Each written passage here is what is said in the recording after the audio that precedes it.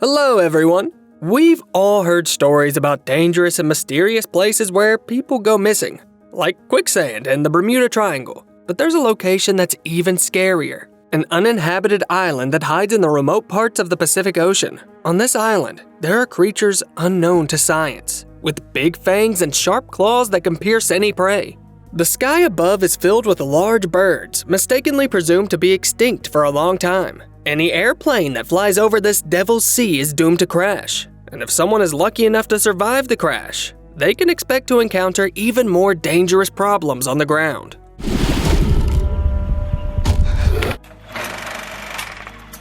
The movie opens up in 1945, in the sky above the Bermuda Triangle of Asia, also known as the Devil's Sea.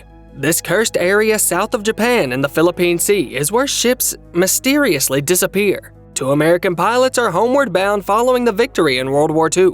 They're expecting a hero's welcome and the joys of reuniting with loved ones. But then, their plane's instruments start going haywire. A weird object zooms past them with a haunting screech, followed by a strange bird colliding with the windshield. The plane flies into a flock of pterodactyls, leading to the simultaneous failure of both engines. The pilots hastily eject from the aircraft. The first pilot's parachute deploys successfully, guiding him to a nearby uninhabited island.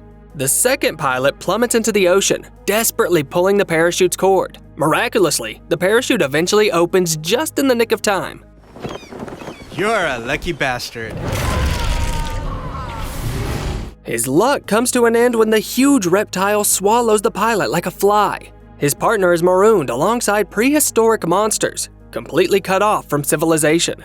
Many years later, a Chinese passenger plane is flying over the Devil's Sea. One of the people on board is a man named Hao, flying together with his daughter Yi. Their relationship appears strained. Yi has left her seat, leaving Hao anxious as he paces around. Out of the blue, Li, a fellow passenger, pulls Hao to the side. Li and his wife Jen, who is expecting a baby, ask Hao for assistance in resolving a disagreement about who should name their upcoming child. In the midst of this, Yi returns from the restroom accompanied by her boyfriend, who also happens to be on the plane. Hao notices this and tries to reprimand the girl, but Yi sees no need to explain herself to him. It seems like she despises her dad. Hao gives Yi's boyfriend a stern look, just as turbulence rocks the plane.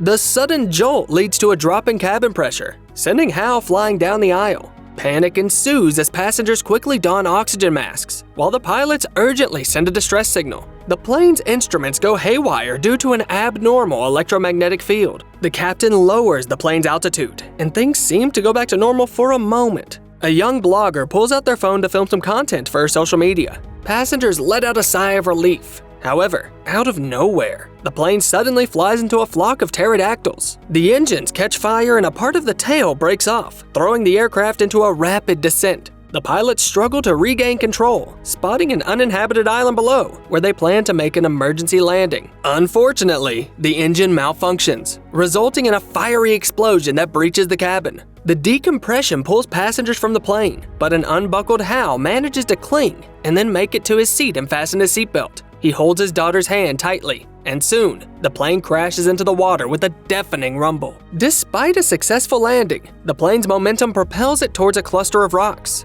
The impact breaks the plane in two. Tragically, the pilots die in fire, and the rear section with the passengers is flung aside. Everyone on board passes out from high G-force. Later, Hao regains consciousness and helps Yi out. Fortunately, they are barely injured. The plane ended up on a sandy beach, but not everyone is as lucky. A flight attendant tries to help the injured passengers. Meanwhile, Jing complains to her husband about stomach pain. Yi's boyfriend, Chang, has made it through too and comes over to talk to her. 没事吧？ 没有事。 The blogger's already filming another video, and the crew is trying to get their walkie-talkies working, but there's no signal. With Hao's help, they figure out that their flight path took them through the Devil's Sea. The authorities should be able to locate them and dispatch a rescue team to get them, but until then, they've got to survive on their own for over a day. The passengers are getting worried. They've got very little food and even less water. Hao, Chang, and Lu head into the woods to find supplies. Along the way, Hao finds out that Chang is studying history in college. In a straightforward manner, Hao tells him to stay away from Yi. Meanwhile, on the beach, one of the survivors explores the shallow water and finds someone's wallet there. He pulls out some money from there, looking forward to spending it. At that moment, an unknown creature drags him underwater. The others don't notice it and continue tending to the wounded. Jin asks Yi about her relationship with her dad. It turns out that the girl's mom died recently, and she and her dad were flying back after her funeral in Australia. Yi shares some leftovers with Jin, and afterward wants to smoke a cigarette. The woman stops her and asks her not to fume around her. Meanwhile, Hao keeps asking Chang about him and Yi. The guy answers that they've been together for around a year. This makes the dad furious, as he believes his daughter is underage. 1100年的，今年都19岁了。大叔，你不会连你女儿多大都忘了吧？ Lu suddenly interrupts them, having stumbled upon a hut. Inside, they come across old ammo, a knife, and an axe. There's also the diary of the World War II pilot from America, who sketched a map with a water source marked on it. He also mentions that there is a massive crocodile hanging around the shoreline. This scary revelation makes Hao dash back to his daughter. On the beach, a survivor named Fang is trying to stop a flight attendant from helping the injured passengers. This inconsiderate guy claims that she's using up water on people who are as good as dead anyway. But the lady stands her ground and won't hand over the only bottle. Lee steps in to back her up. Fang keeps insisting that when push comes to shove, it's every person for themselves. Even the husband will ditch his pregnant wife to save his own life. That earns him a punch in the face. The fight continues on the shoreline, and Jin, along with the flight attendant, tries to break it up. The rest of the group is just enjoying the show. Fang pushes the flight attendant into the water, and suddenly, a crocodile lunges at him right in front of everyone. The reptile then waddles onto the land and people scatter. Those who can't make a quick getaway end up as crocodile chow. When Hao, Chang, and Lu reach the beach, no one is there. They see crocodile tracks in the sand. This particular crocodile doesn't seem that huge, and all the supplies have been taken away by someone. They conclude that the group has escaped and go after them. But the crocodile is also following the survivors, and it snatches the female flight attendant who tripped and fell. Nobody comes to her rescue. The survivors split into smaller groups, and Yi ends up with a married couple. They come across a fresh water source and decide to stay there. Soon they are joined by the rest of the group, including Hao, Chang, and Lu, who emerge from the forest. They're really relieved to see Yi, but suddenly they hear strange noises close by. It turns out there's a gigantic crocodile sleeping among the rocks they're sitting on. The creature wakes up due to the smell of blood coming from the man's injured leg. Everyone freezes in fear, and Hao tells them not to make any sudden movements. Unfortunately, the guy who caused the crocodile to wake up doesn't listen and calls for help. Instantly, the predator lunges at him, crushing him with its massive jaws. Panic ensues, and everyone starts running away. Hao falls behind and becomes the target of the monstrous crocodile. Hao narrowly dodges its attack, and the crocodile just barely grazes him. As the man falls, the attention of the reptile shifts to a girl whose foot is trapped between the rocks. The crocodile eats the more delicious nameless character while Hao rejoins the group. The first thing he does is reprimand Chang for playing the hero and rushing to people's aid. Someone suggests splitting up to confuse the crocodile, but Hao insists that everyone should stay close to him. As the new person in charge, he leads everyone to the hut. This is where they will spend the night, and the men take turns keeping watch. Hao has a bleeding wound on his arm, and his daughter is trying to help. 你出来干嘛？赶紧回去。我找到了这个，还有这个，可以用来消炎的。 The father takes the ammo from Yi. He clearly believes that the best defense against germs is offense. Pouring gunpowder on the wound, Hao looks for something to ignite it with. Yi gives him some matches, mentioning that she came across them in the plane wreckage. Chang helps cauterize the wound, while everyone marvels at their leader's courage. Lee assumes Hao is ex-military. For dinner, everyone eats leftover food from the airplane. Hao asks Yi for a cigarette. The girl can't handle being so close to her father. She's mad at him for leaving her and her mom during a tough time, then dashes off to the hut. She hasn't talked to her dad in almost 5 years. Lu stays with Hao and mentions it's been a year since he last saw his son.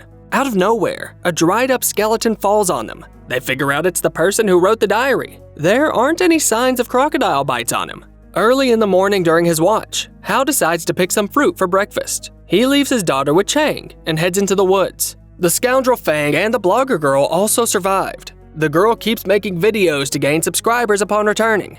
Out of nowhere, she steps into a green gooey slime and tumbles into a tree covered in the same goo. They decide to walk away and clean up, not noticing the spider webs around them. Suddenly, a pair of pointed legs emerge from a small green egg. At the same time in the hut, everyone wakes up and notices a strange, thick fog outside. There are huge spiders looming right over them. Chang suggests quietly sneaking past the slumbering monsters. Yi doesn't want to leave her father again, but Chang talks her into it. They slowly make their way out of the hut, dodging the sharp legs. Of course, one of the clumsy survivors gets caught in a spider web. The others tell him to carefully take off his clothes to escape. Surprisingly, it works. But then the gang spots a sleeping Lu, who might make a ruckus if he wakes up. Chang skillfully manages to wake him up quietly.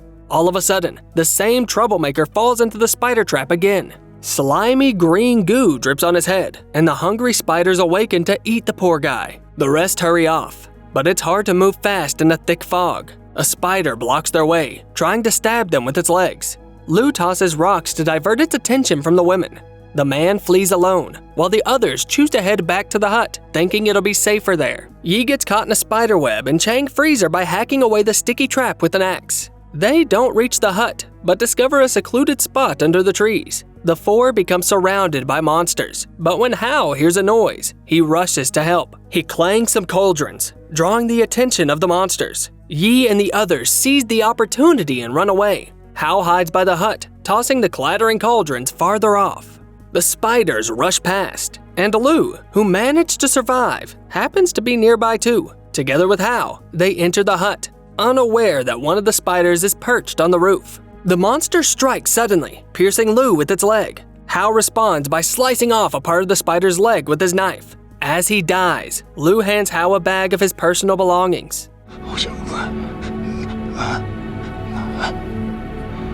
The guy doesn't even get a chance to say his final words. His life just slips away. Hao grabs his knife and a pointed spider leg, then jumps into a fight with the monster on the roof. For some reason, the spider wouldn't come down and get into the hut, which doesn't even have a door. Down below, Hao skillfully dodges the spider's attacks. But before long, the creature smashes a part of the wall, tossing the hero outside. Hao tries to make a run for it, but the monster stabs his leg and drags him back in. As soon as he breaks free, Hao pulls a grenade from his pocket and blows the creature to bits. The survivors hear the sound of the explosion. They keep moving and soon come to a small river. They wade across, but of course, there's a crocodile in the water. Chang doesn't quite make it in time, and Li suggests using an axe. Chang grabs the axe, but trips immediately, falling face first into the river. This blunder nearly costs him his life. Luckily, the crocodile gets confused by such a bold move and doesn't get a chance to eat him. Chang crawls back to the shore, ready to face a heroic end with the axe still in hand. Just in the nick of time, Hao appears flying out of the bushes like Superman and shoves Chang away. In a second leap, Hao skillfully evades the crocodile, clutching onto a tree branch. Accepting the humiliating defeat, the hungry reptile swims away. Hao reunites with the group, and Yi warmly embraces him. Dad has finally won her affection. He assures everyone that things will be okay. While all of this is going on, the blogger covered in green slime and fangs stumble upon a lake. The girl seizes the chance to clean herself and does it in a rather alluring way. It's so captivating that it triggers some romantic music playing in Fang's mind, causing him to momentarily put aside thoughts of the plane crash, alligators, and their struggle to survive. All of a sudden, a splash startles the girl as she turns, only to see a shirtless Fang standing there, playfully attempting to flirt. 当我什么人呢？装什么装啊？别装了。 The girl outright rejects him. The clueless pickup artist gets so worked up about that he even has a minor heart attack.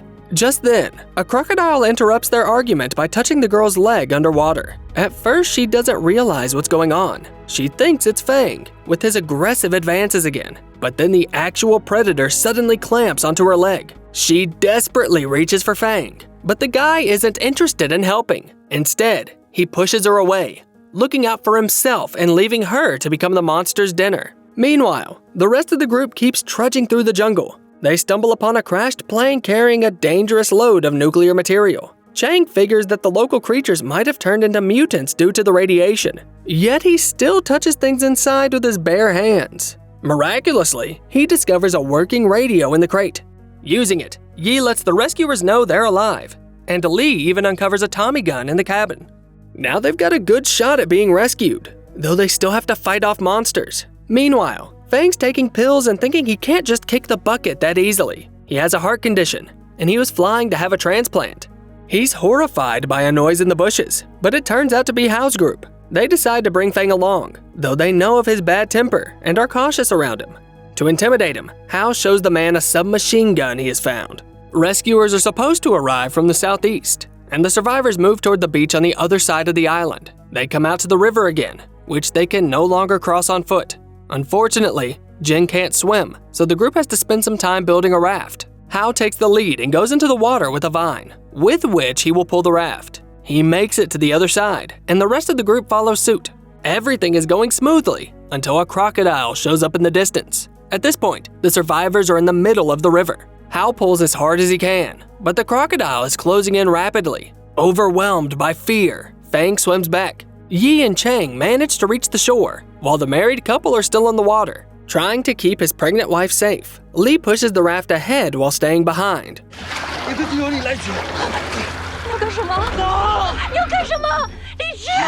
Li sacrifices himself so his wife can get to shore. The crocodile swallows him, and Fang takes advantage of the situation and gets out of the river. Jin is taken away, though she tries to stay, refusing to believe her husband is dead. The crocodile continues to chase the survivors, and Hao fights it off with a gun. He pulls off another one of his trademark jumps, but the predator just zooms past him. Even though Hao shoots at it with a gun, the crocodile keeps chasing the others. Chang takes Jin to the side, and Yi hangs back with Fang. The huge reptile keeps on their tail, and Fang tumbles clumsily to the ground. He stays there, eyes wide, and the girl comes back to help him. But that turns out to be a mistake when Fang pushes her away, using her to distract the monster and flee. The crocodile sneaks up behind Yi, but right in the nick of time, Hao bursts out of the bushes to save his daughter once again. He keeps shooting, managing to pierce the creature's tough skin. Yi makes a run for it, but stumbles into a thicket. One of the bullets whizzes by, accidentally hitting scoundrel Fang in the leg. The crocodile picks up the scent of blood and goes after Fang. In the process, its tail accidentally hits Yi, who is trapped in the bushes. Yi gets caught by the spikes on the crocodile's tail and is pulled along behind the unsuspecting creature. Fang has another heart attack and then ends up in the jaws of the reptile. Well, good riddance. Having filled its belly, the crocodile continues running, and Hao chases after it. Chang and Jin also join in the pursuit, even though they were told to stay where they were. As the sun goes down, heavy rain blankets the island. The three survivors make their way to the cave following the monster's tracks. Hao quietly goes inside, with Chang close behind, while Jin stays near the entrance. The massive crocodile is sleeping nearby. In a heart-wrenching moment, the woman spots her deceased husband's remains, tears welling up in her eyes. Despite her shock, she manages to stifle any cries, not wanting to awaken the beast. Hao searches for Yi near the crocodile's tail, together with Chang, who is holding a small axe. Seeing the countless bones, the father is losing hope of finding his daughter. He calls out her name, but hears nothing in return. Just as he's getting desperate, Yi comes to her senses and emerges from behind the rocks, wounded and unable to walk. 爸，我以为我再也见不到你了。 They hug, and Hao gives Yi a hand to help her up. But before they can leave, the crocodile wakes up and starts walking around the cave. Yi's dad tells Chang to get his daughter out of there, and he starts shooting at the croc. His plan is to lure the beast deeper into the lair and sacrifice himself to buy time for the others. The boy dashes to his girlfriend, leading her to the exit. Hao finds shelter among the rocks, slipping through tight passages the crocodile can't squeeze into. But time's running out as the massive creature smashes through the stone walls. In the chaos, Hao also loses his last grenade. Chang rushes to hand Yi over to Jin, and then rushes back to rescue his future father-in-law. Hao skillfully avoids an attack and makes his way into another corridor. He uses up the last of his ammo to fend off the approaching predator. With no escape route left, Hao signals Chang to find a grenade. Despite the darkness, Chang finds it surprisingly fast, and then also grabs a piece of the spider's leg. Hao tells him to blow up the monster, but Chang hesitates, not wanting to bury Hao under debris. Instead, Chang uses his axe and hurls it at the creature. The crocodile gets distracted and starts chasing Chang. Taking advantage of the opportunity, Chang yanks out the pin and throws the grenade at the creature. The crocodile collapses and lies still. Hao steps out into the open. 怎么样，大叔？帅吧？帅有什么用？我以前比你帅多了。 Instead of getting praised, Chang ends up facing another round of reprimands from the grumpy Hao. Unable to stand Hao's stubbornness, the crocodile comes back to life and lunges at him. Once again, Hao uses his super jump, this time diving beneath the crocodile's belly. He thrusts the spider's pointy leg into it and lodges a makeshift weapon between the rocks. The creature surges forward, tearing its belly open. This time, it's down for good, and Chang lends a hand to help Hao out of the cave. The women spot them and can't believe their eyes. The men hurry them to leave this accursed island. 快走吧，叔叔可再也不能待下去了。你叫什么？叔叔，错了。 Finally, Yi gets rid of the cigarettes, leaving them for the monsters. The survivors head towards the beach, where rescue helicopters are already on their way. There's real evidence of an airplane crashing in the Devil's Sea in 1945. The pilot managed to send a distress signal before the plane went down. His final words were, "Something's going on in the sky. The sky just opened up." Over the next 10 years, 9 ships mysteriously sank in that area, even when the sea was completely calm. A Japanese ship on a mission to explore this dangerous region also disappeared. Later research has revealed that the region has a specific presence of gases above the ocean floor. These gases can rise to the surface suddenly, posing challenges for shipping. Other possible reasons for the supernatural occurrences could be underwater volcanoes, which are quite common in the area. Because of these seismic activities, certain tiny islands in the Devil's Sea sometimes end up underwater, while others suddenly rise above the water. Since there's no official marking of the exact location of the Devil's Sea on any worldwide map, it's tough to accurately figure out its size and boundaries. Despite the low rating and obvious plot holes, the movie was a commercial success. It raked in over $2 million at the box office, which is way more than what it cost to make. Plus, it earned the title of the highest grossing online movie release in China for 2020. This flick hit the screens on China's version of Netflix called iQIYI, which is owned by the company Baidu, China's version of Google. This streaming service is currently one of the biggest platforms globally, with over 500 million active users every month. As always, check out the movie name in the description below. In the meantime, tell us in the comments, do you believe in otherworldly forces and magic? Or do you think that there's always a scientific explanation for everything? Don't forget to subscribe to the channel and hit the like button to get even more cool recaps.